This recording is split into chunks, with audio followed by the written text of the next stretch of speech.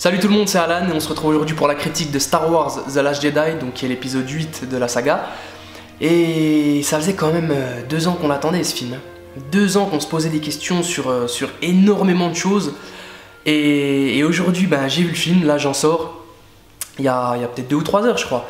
Et donc voilà, c'est un avis à chaud. Je vais essayer de vous dire ce que j'en ai pensé. Et vous inquiétez pas, c'est une critique sans spoil. On va tourner un coin canapé, donc à l'heure où je vous parle, on l'a pas encore tourné, on le tournera le lendemain. On essaiera justement de débattre sur tous les éléments de l'intrigue, etc. Sur lesquels il y a encore quelques zones d'ombre finalement. Et voilà, donc vous inquiétez pas, là c'est sans spoil. Donc, on va procéder en 3 étapes. Tout d'abord, je vais vous parler du scénario. Ensuite, du casting en général, ce que j'ai pensé des personnages, etc. Et on finira sur la réalisation. Au niveau du scénario, j'attendais beaucoup de Star Wars 8. J'attendais énormément de Star Wars 8. J'ai beaucoup aimé le 7, faut que vous le sachiez. J'ai beaucoup aimé The Force Awakens. C'est vrai que la fanbase, la grande majorité des fans qui sont fans de Star Wars à la base, n'ont pas forcément apprécié le film.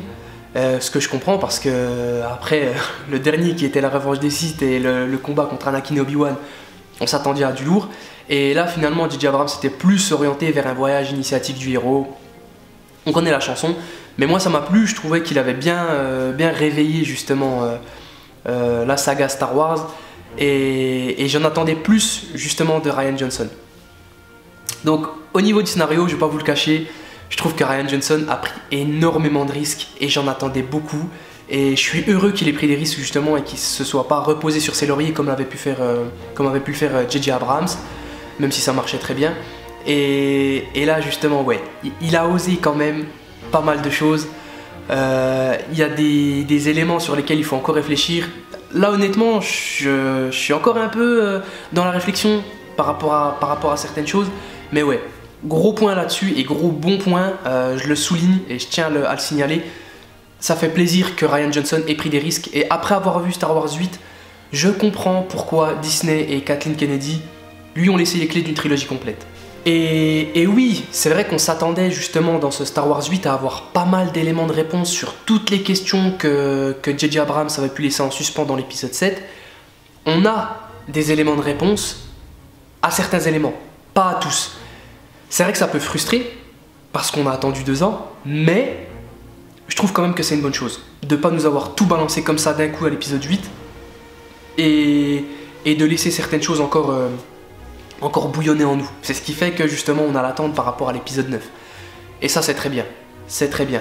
Par contre, c'est Rian Johnson. Rian Johnson, voilà, il a fait Looper. Il a fait un autre film, je sais plus le titre, j'essaierai de le mettre là sur l'écran, que je n'ai pas vu. Et il a fait quand même l'épisode, il en a fait pas mal, enfin, il n'en a pas réalisé qu'un, mais il a réalisé l'épisode 14 de la saison 5 de Breaking Bad, qui est Ozymandias et qui est un des épisodes les mieux notés en termes de série télé. Et donc en fait voilà, faut se dire en voyant ce film que ça reste Rian Johnson, que c'est le mec qui n'essaye pas de faire des histoires simples. Ça reste du Disney, ça reste du Star Wars, donc il fait en sorte que ce soit accessible à tous. Mais par pitié, ne soyez pas des spectateurs lambda. Ne prenez pas seulement les images qu'on vous donne, analysez-les. Ça reste Star Wars, il y a des mystères qui sont en suspens, il y a des indices, on nous dit des choses, mais il ne faut pas prendre ça pour acquis. Analysez les images, analysez les paroles des personnages, et vous aurez déjà pas mal d'éléments de réponse sur des questions que vous vous posez. Je vous le garantis. Par contre, gros point noir au tableau, et pour moi c'est, je pense, le seul, même s'il y a moyen de chipoter sur quelques détails, mais l'humour, non. Non, c'est pas passé, je suis désolé. Et moi, il y a un truc dont j'ai horreur, c'est quand on nous envoie des scènes comme ça qui... Ben voilà, le réalisateur est censé faire monter la tension, la pression, et d'un coup, boum, on balance une vanne et ça tombe à l'eau, et ça m'énerve, mais ça... Qu'est-ce que ça peut saouler? Et bon, ça va, il n'y en a pas eu à outrance dans le film, mais dans 2 scènes énormément importantes, je trouve que non, ça avait pas sa place, l'humour n'avait pas sa place. Alors déjà que ça me saoule dans les films Marvel qu'on nous casse qu'on nous casse les couilles avec ce genre d'humour. Ben là non, je suis désolé, ça avait pas sa place dans Star Wars 8. Pas ces moments clés en tout cas. Je veux bien qu'on parsème le film d'un peu d'humour par-ci par-là. Ça reste Star Wars, ça reste un conflit entre l'Empire, le Premier Ordre, pardon, et la Résistance. Et je veux dire, il y a des enjeux qui doivent être pris au sérieux. Donc non, à certains moments, l'humour n'avait pas sa place. Et c'est quelque chose que je regrette énormément dans ce film. Et je comprends pas pourquoi Rian Johnson... Et d'ailleurs, je dis que c'est Rian Johnson, mais je pense que ça vient pas de lui. Je pense que ça vient d'au-dessus. Mais bref, au-delà de ça, je vous rassure que Star Wars est une excellente expérience cinématographique et que Rian Johnson n'a pas choisi la facilité, quoi. Le mec n'a pas choisi la facilité et moi ça, franchement, je le respecte. Je le respecte énormément. Parce que quand tu sors d'un film et que tu te poses encore des questions sur telle ou telle chose, je trouve que le mec a réussi son pari. Parce que finalement, en sortant de la salle, on est encore hanté par le film. On se dit pas, ouais, ok, j'ai vu Star Wars, voilà, c'était bien, c'était cool, ouais. Non, tu te dis, merde, putain, le mec m'a envoyé ça, qu'est-ce que ça peut vouloir dire? Et ça, est-ce que ça correspond à ça? Ça a ni queue ni tête ce que je vous dis, hein, mais voilà, je peux pas vous le dire. Enfin, quand vous aurez vu le film, il y aura le coin canapé et à ce moment-là, voilà, on pourra débattre en commentaire, n'hésitez pas, nous on sera présents, quoi, il y aura pas de souci. On passe au casting. Déjà, globalement, au niveau du casting, je trouve que il a vraiment mis l'emphase sur l'ancienne génération. Comparé à l'épisode 7 où J.J. Abrams se concentrait essentiellement sur toute la nouvelle génération de personnages, là je trouve que Rian Johnson a vraiment mis en lumière les anciens, quoi. Et ça fait plaisir, ça fait énormément plaisir. Alors à côté de ça, oui, je trouve qu'il n'y avait pas énormément de choses à faire par rapport aux personnages qui nous ont déjà introduits dans l'épisode 7, parce que voilà, on nous les a présentés, ils étaient envahissants entre guillemets, on les a vus que eux en fait dans l'épisode 7. Et du coup, voilà, comme on a vu un tout petit peu de Luke, un tout petit peu de Leia, là le temps est rattrapé, on les voit beaucoup plus, ça fait énormément plaisir. Mais à côté de ça, je trouve quand même qu'il y a beaucoup de personnages dont on ne connaît pas encore l'identité, on connaît rien sur eux, et finalement ça m'énerve un peu. Ça m'énerve un peu parce qu'ils sont pas assez développés. Et je trouve que leur présence à l'écran en fait n'est pas nécessaire, quoi. Ils sont là mais ils sont pas là, quoi. Et ça me saoule. Ça m'a saoulé, littéralement. Et il y en aura bien, franchement, il y en avait bien un ou deux que je voulais voir mourir. Et dernier point, la réalisation. Et ce qui est bizarre, c'est que à la fin du film, là, si vous me posez la question, quel a été ton Star Wars préféré entre Star Wars, The Force Awakens et The Last Jedi, je pourrais pas vous répondre. Et je pourrais pas vous répondre pour une seule et bonne raison, c'est que les films sont totalement différents. Et je les ai vraiment pas pris de la même façon. Je pourrais pas vous dire, écoutez, Star Wars 7 est meilleur ou alors Star Wars 8 est meilleur. Ils évoluent dans un registre totalement différent. J.J. Abrams, comme je vous le disais tout à l'heure, est parti sur vraiment un délire, quoi, du voyage initiatique du héros. C'est-à-dire que on prend un personnage lambda qui sort de l'ordinaire, on le fait sortir de son quotidien, on l'envoie comme ça dans une aventure, il y a des rencontres qui se font, et voilà, il entreprend son voyage initiatique. Petite dédicace Mehdi, t'aimes bien dire ça. Mais c'est totalement la vérité, voilà. Et Star Wars 7, c'était ça. Et moi, j'ai beaucoup aimé ce côté-là dans Star Wars 7. C'est pour ça que, franchement, voilà, il m'a plu. J'ai pris le film pour ce qu'il était, je me suis pas dit, ouais, on va avoir beaucoup de combats au sabre, ça va être le bordel, etc. Non, je savais à quoi m'attendre, je savais que J.J. Abrams allait juste, voilà, réveiller la franchise et qu'on n'en aurait pas plus finalement. Et moi, ça m'a plu parce que l'histoire était belle. Voilà, scénaristiquement, on n'avait pas de grosses tensions dramatiques, etc. Mais c'était une belle aventure et j'ai aimé en être spectateur. Pour Star Wars 8, c'est totalement différent. On est balancé comme ça dans le conflit qui est entre le Premier Ordre et la Résistance.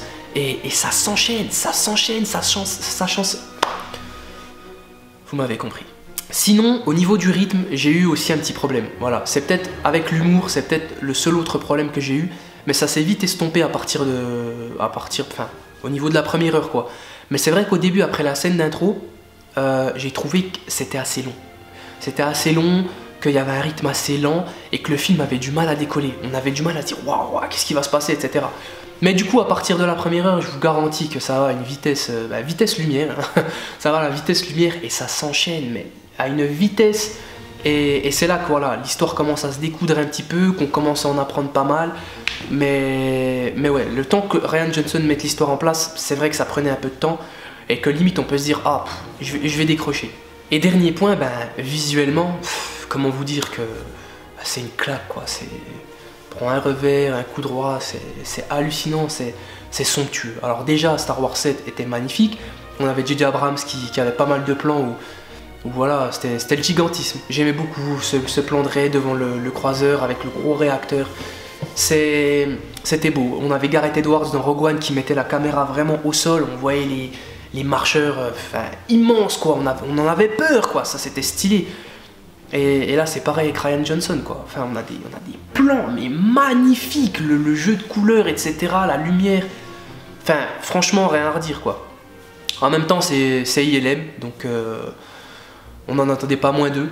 C'est toujours magnifique. En tout cas, voilà, vous ne serez pas déçus de ce côté-là.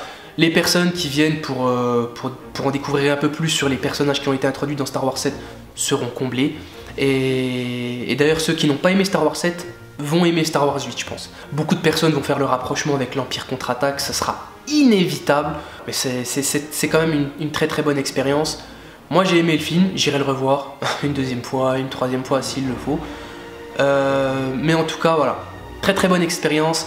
Je suis vraiment satisfait de ce Star Wars 8. Il faut encore attendre 2 ans pour Star Wars 9. Là il y a Solo et Star Wars Story qui arrivent. Je sais même pas, enfin j'en attends rien, honnêtement j'en attends rien. Mais on verra bien ce que ça donne.